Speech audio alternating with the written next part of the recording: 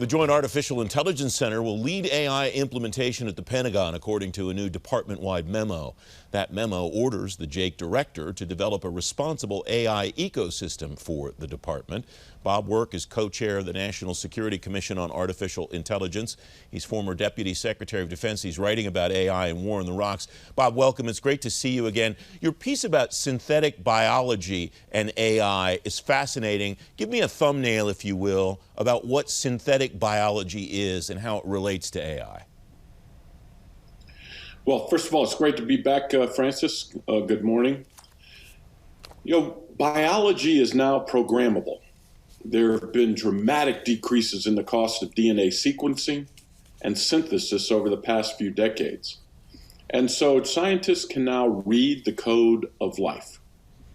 And we have CRISPR gene editing tools that give scientists the ability to alter code.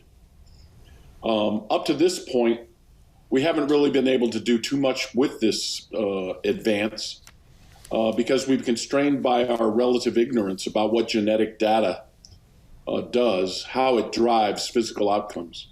But artificial intelligence is going to give biologists an ability to understand that more and more. Biology is complex. In humans alone, there's trillions of cells interacting and instructing each other. AI, machine learning, have the potential to go through these enormous biological data sets and make sense of them. And it will improve the methods of reading biological data, including the sequences and the quantities of DNA, RNA, and proteins.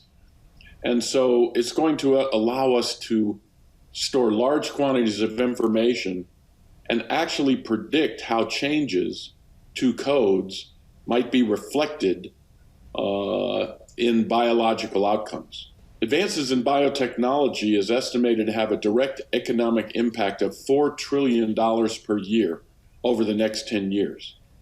So this is an enormous new field of study, and it's just quite exciting. You write in this piece that the commission of which you're a co-chair identified biotechnology as one of 7 emerging technologies that will be critical to future national competitiveness.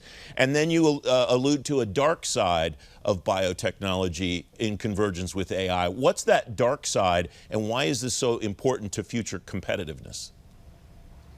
Yeah, the dark side, unfortunately, technology can be used for enormous good. But bad actors can often use technology to do bad things, as we see with the internet and now all of the different types of attacks that occur over the internet. Biotechnology, these technologies will allow people to make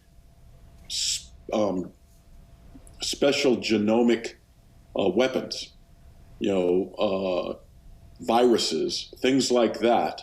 They will be able to make them, and they will make them to wind up with outcomes. It's like they can make a pathogen that wouldn't be lethal, but would sicken a person so that an attacker might want to overwhelm the U.S. hospital system, like we saw at the height of the COVID pandemic.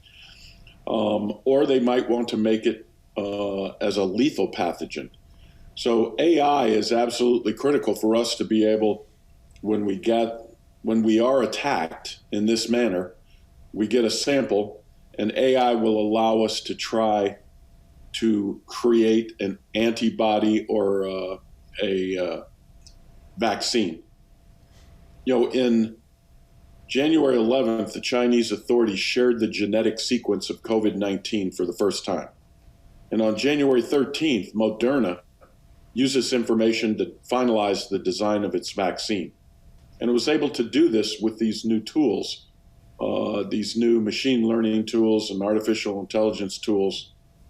So it's just absolutely critical. People are going to use this technology for malign reasons, and we need AI to protect us.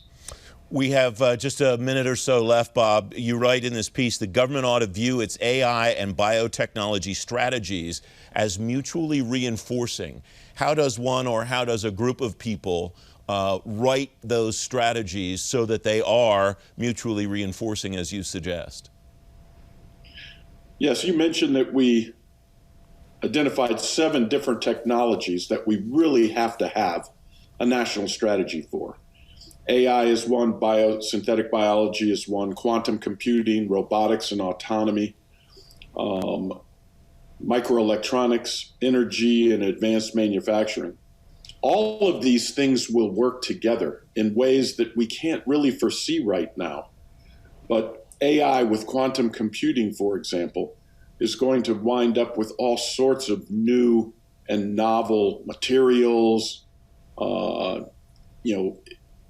things in physics that we simply could not understand or could not really perceive. So the combination of those things, then the microelectronics are what all of these AI algorithms work on. The way to do this, we think, is to have a technology competitiveness committee, council, in the White House, serving for the vice president. And this council would create these national strategies for all 7 of these different technologies that are so central to our economic security and our national security. And they would be the ones to figure out how best to mesh them together. So we're hopeful that, the United States will become more serious about this technological competition that we find ourselves in. And we think having high-level leadership coming directly from the White House is the way to do it. Bob Work, thanks very much as always. It's great to have you back on the program. Always great to be here, Francis. Thank you.